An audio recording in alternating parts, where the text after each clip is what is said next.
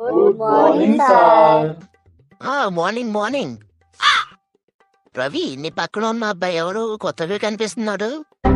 కొత్తగా జాయిన్ అయ్యాడు సార్. ఓహో, నీ పేరేం పేరు? చంటి సార్, కే సైలెంట్. చంటీలో కే ఉండదు కదరా? అందుకే సార్ కే సైలెంట్. ఇప్పుడు మిమ్మల్ని అందరినీ క్వశ్చన్స్ అడుగుతాను. చెప్పకపోతే ఈ రోజు మీకు మామూలుగా ఉండదు సార్. ఈ రోజు అసలు మామూలుగానే లేదు సార్. పొద్దునుంచి వర్షం పడుతుంది.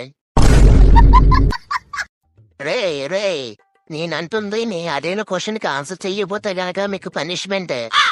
ఒరే రవి, నువ్వే లేవు. చెప్పండి సార్. రెక్కలు ఉండి కూడా ఎగరలేని పక్షి ఏంటో చెప్పరా?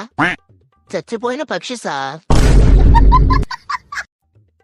ఒరే హరి, నువ్వు లెగరా. చెప్పండి సార్. ఒరే, మనకి ఏ యానిమల్ రా పాలు గుడ్డు ఇస్తుంది? Anganwadi teacher sir.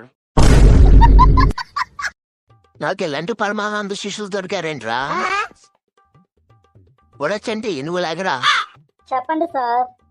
4 + 4 ఎంతరా? 8. 14 × 7 ఎంతరా? నాకు రాదు సార్.